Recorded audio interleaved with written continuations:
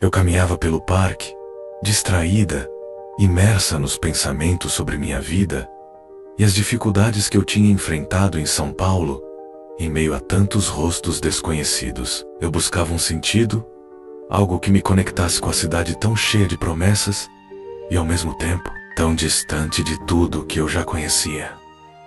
De repente, alguém se aproximou. Era um homem de aparência comum, com um sorriso discreto, daqueles que parecem inofensivos. Ele me abordou com uma simpatia que desarmava, apresentando-se como Francisco. Dizia ser fotógrafo e que estava procurando rostos novos para um projeto. Naquele momento, minha mente começou a correr com possibilidades. E se fosse a chance que eu estava esperando, era uma oportunidade que poderia mudar tudo para mim. Ele falava com calma, explicando que o trabalho era simples e bem remunerado. A cada palavra, eu me sentia um pouco mais convencida, ainda que uma leve hesitação permanecesse ali. Um aviso silencioso que eu ignorava. A verdade é que, naquele instante, eu queria acreditar nele. Queria que aquilo fosse real. As palavras dele eram calmas, como se soubessem exatamente como acalmar qualquer desconfiança que eu pudesse ter. A voz suave de Francisco me conduzia, quase como um sussurro, em direção a um mundo onde aquele encontro fortuito parecia planejado para preencher as lacunas da minha vida. Eu não sabia o motivo, mas sentia que ele tinha o poder de transformar o ordinário em algo extraordinário. Ele me convidou para um ensaio teste, apenas uma pequena sessão, para ver se eu me adaptava ao que ele precisava. Era um lugar próximo, disse ele, e a sessão não demoraria mais que algumas horas. Naquele instante, ouvi minha própria voz, hesitante, dizendo sim. O sim que naquele momento parecia uma porta aberta para uma nova vida, mas que, agora, ao lembrar, trazia uma sensação de um erro irreversível. Enquanto caminhávamos em direção ao local, algo no meu interior gritava por atenção. Aquela voz que surge nas entrelinhas do pensamento, sussurrando que algo estava errado. Mas Francisco continuava a me envolver com uma conversa leve, superficial, como se me conhecesse há tempos e soubesse exatamente o que dizer para silenciar aquela intuição. À medida que nos afastávamos da movimentação das ruas, os passos de Francisco seguiam firmes, conduzindo-me por becos e corredores menos movimentados. A leve brisa agora parecia um presságio. Eu sentia o frio subindo pela espinha. As pessoas ao redor sumiam, como se o próprio cenário estivesse conspirando para me isolar ao lado dele. Francisco mantinha uma conversa casual, algo que poderia ter sido confortável em outro contexto, mas que agora parecia uma forma de desviar minha atenção dos arredores. Percebi então que o lugar que ele mencionou parecia mais distante do que o que eu tinha imaginado. Cada vez que eu olhava em volta tentando reconhecer o caminho, ele dizia que faltava pouco. O desconforto, que antes era um sussurro na minha mente, agora pulsava mais forte, quase como uma sirene de alerta. O problema é que, ao tentar disfarçar minha inquietação, eu não conseguia encontrar uma forma de questioná-lo, sem soar desconfiada ou insegura. Ele parecia notar isso, e, talvez por isso, apressava o passo. Ele então começou a falar sobre como admirava minha coragem, como poucas pessoas eram confiantes o bastante para se aventurar em lugares como aquele. A intenção de suas palavras era clara. Ele queria me convencer de que eu estava segura, mesmo quando meu instinto gritava o contrário. Era como se ele estivesse desarmando minhas defesas, pouco a pouco, usando uma psicologia silenciosa.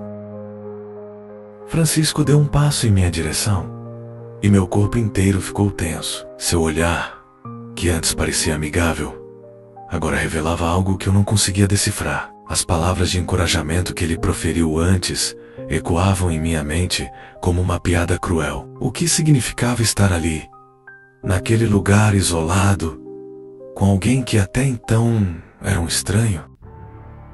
Vamos começar, ele disse, tirando da mochila uma câmera antiga, daquelas que pareciam ter sido usadas em um tempo distante. O clique metálico da lente ajustando-se cortou o silêncio como uma lâmina. Fingi um sorriso nervoso, tentando parecer colaborativa enquanto meu coração batia desordenado. A realidade me acertou com força. Eu estava sozinha, sem ninguém por perto para ouvir um pedido de ajuda, sem rota de fuga visível.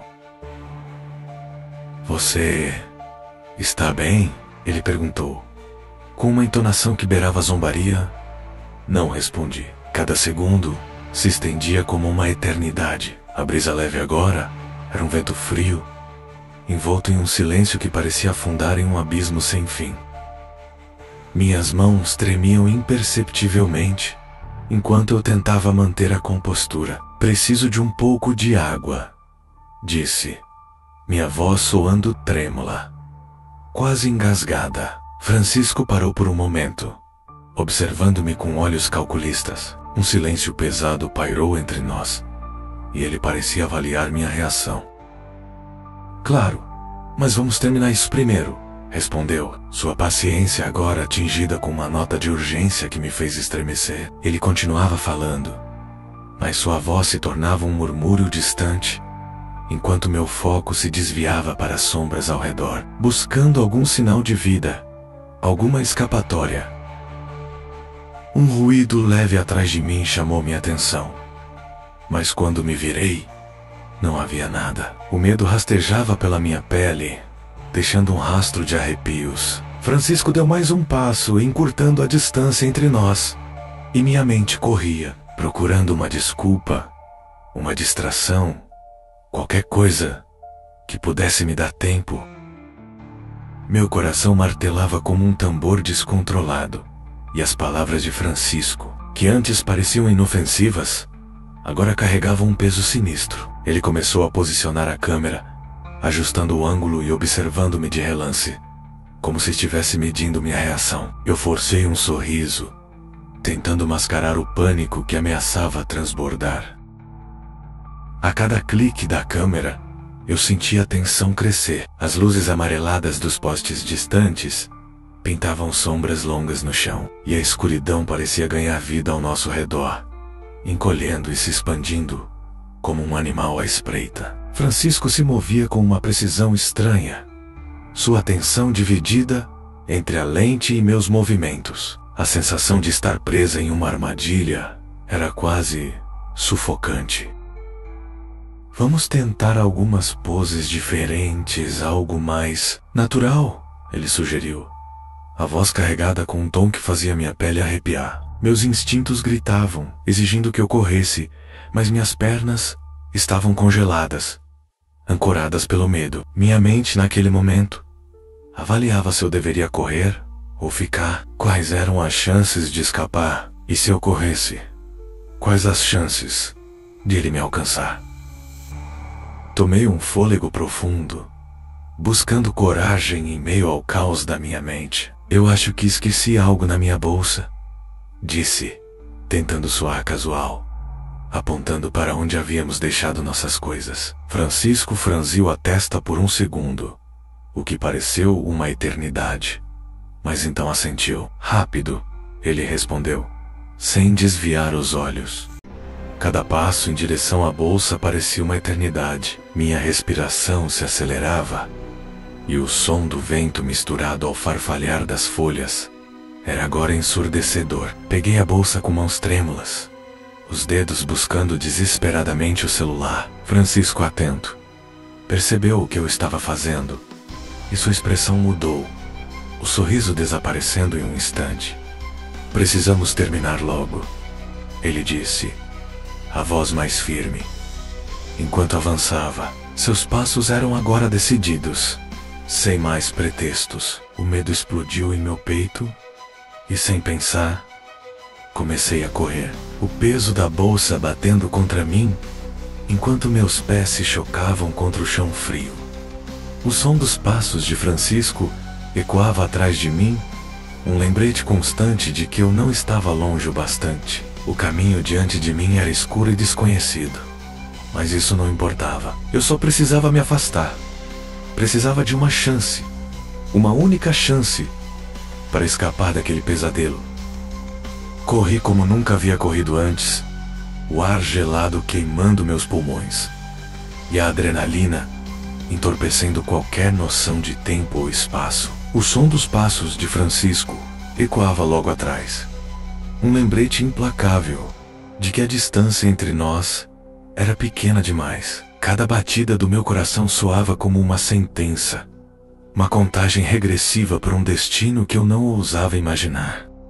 Minhas pernas trêmulas e fatigadas ameaçavam ceder a qualquer momento, mas a vontade de sobreviver era mais forte que a dor. Atravessei um beco estreito, com paredes úmidas e grafites que pareciam sussurrar segredos sombrios ao passar. Por um breve momento, não ouvi mais os passos atrás de mim, e uma faísca de esperança acendeu-se dentro do meu peito, apenas para ser apagada no instante seguinte, pelo som de algo metálico caindo no chão, um ruído que me fez estremecer.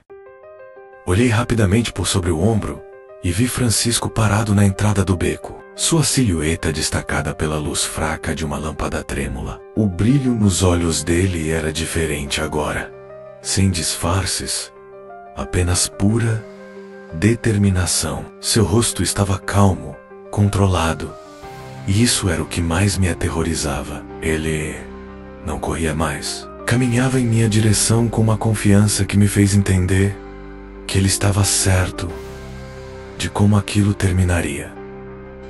Um soluço escapou da minha garganta e lágrimas ardentes desceram pelas minhas bochechas. Gritei por socorro, mas a cidade parecia morta, surda ao meu desespero. Era como se o mundo tivesse sido absorvido por um vácuo, onde apenas eu e Francisco existíamos.